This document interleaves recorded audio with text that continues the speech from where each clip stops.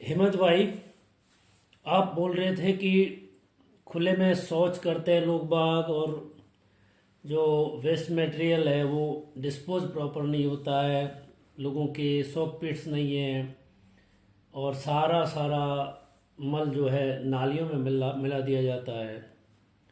क्या इसका कोई रोग बनता है? ये तो अब 21वीं शताब्दी के एक चौथाई हिस्सा क्रॉस करने के बाद में जब मैं अपने सवाल पूछते तो सवाल थोड़ा विचित्र लगता है। अब तक तो हमें ये समझ में अगर नहीं आया है तो फिर हमारी पीढ़ी विकास का क्या मायने है? ये प्रत्येक प्राणी को जो इस धरती पे जीता है, प्रत्येक प्राणी को, चाहे वो किसी धर्म से हो, किसी जाति से हो, किसी भी उसी विचारधारा से हो, उसको ये वैज्ञानिक तथ्य तो पता रखना ही पड़ेगा।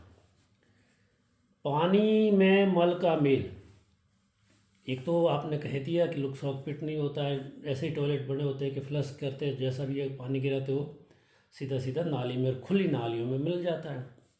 सीवरेज सिस्टम है नहीं, तो खुली नालियों में जब वो मल है तो मल के साथ में तो कीटाणु भी है, तो कीटाणु वापस से कैसे आएंगे?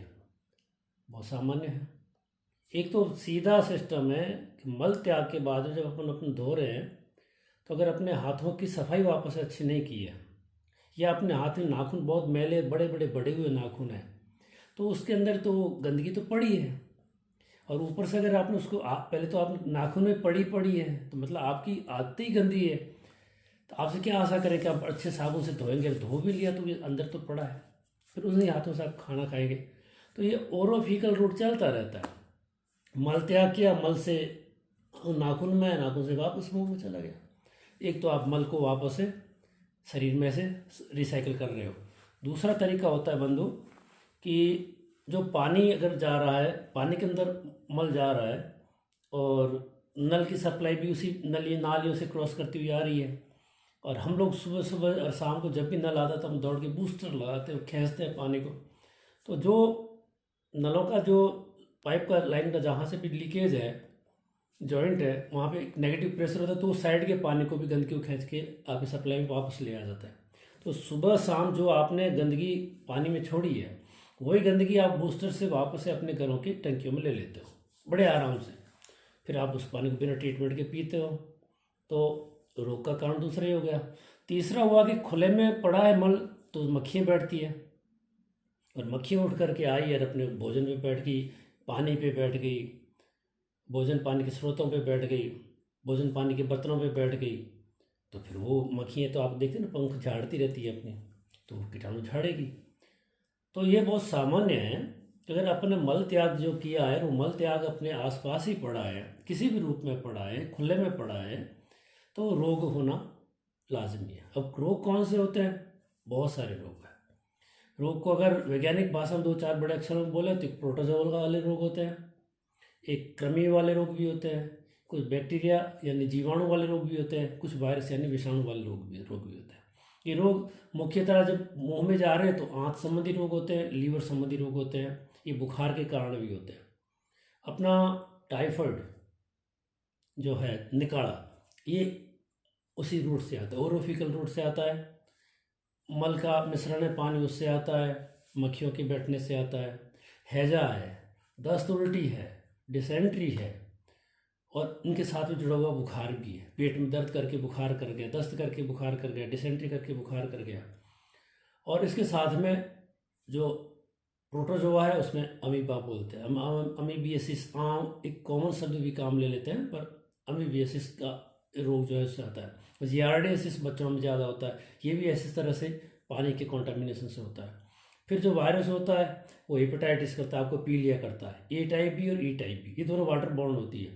तो बहुत अपन जब नहर के पानी का देखते हैं ना, नहर का पानी से क्या होता है, जहाँ से नहर गुजर रही है वहाँ के शहरों का सीवरेज लाइन जो नहर में पटका हुआ है, तो वो पानी जब अपने को पीने को मिलता है तो वापस से अपने को पीलिया का कारण बन जाता है। तो ये पीलिया का कारण वहाँ से भी आ रहा है अपना हेपेटाइटिस, इन्फेक्टिव हेपेटाइटिस इसको बोलते हैं। ए और ई टाइप की बहुत सारी दूसरी भी हेपेटाइटिस होती है जो कि ब्लड बॉर्न होती है, तो उसको छोड़ देते हैं अपन लोग, यहीं सीमित रहते हैं जल जनित रोगों से ऊपर।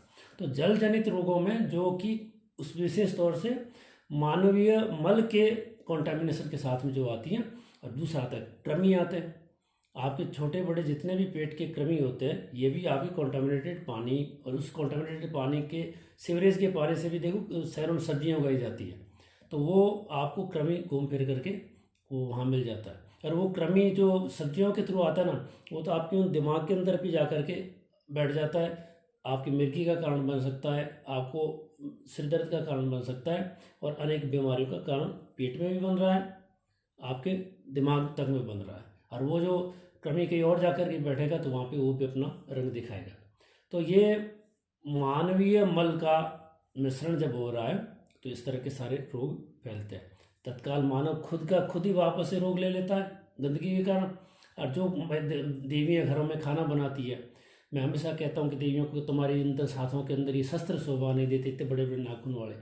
और मैं बहुत सारी बहनों को कहता हूँ कि भाई हाथ में पानी लेके संकल्प लो कि जब तक मेरे नाखून नहीं कटेंगे मैं रसोई में नहीं घुसूंगी, या मेरे जब तक नाखून घुटेगी मैं आटे के हाथ नहीं लगाऊंगी।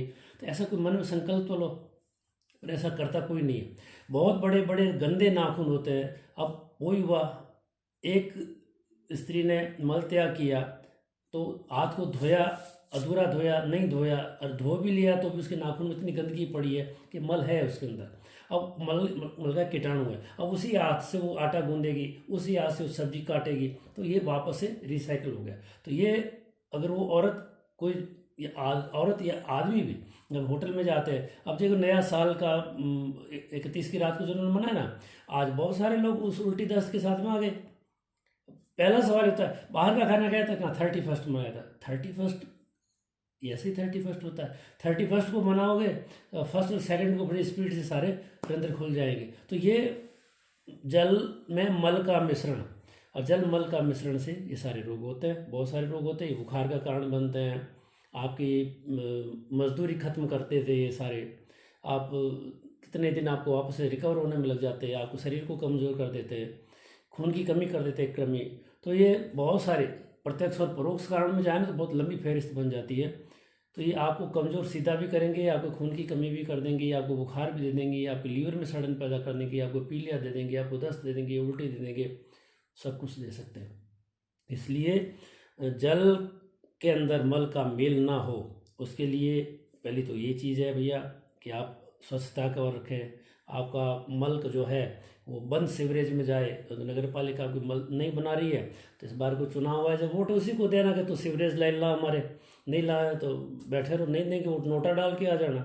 ऐसा नहीं करते हम लोग। अपना वोट जब देने जाते हैं अपने जाति देखते हैं, बंधुत्व देखते हैं, समाज देखते हैं, अपना धर्म देखते हैं।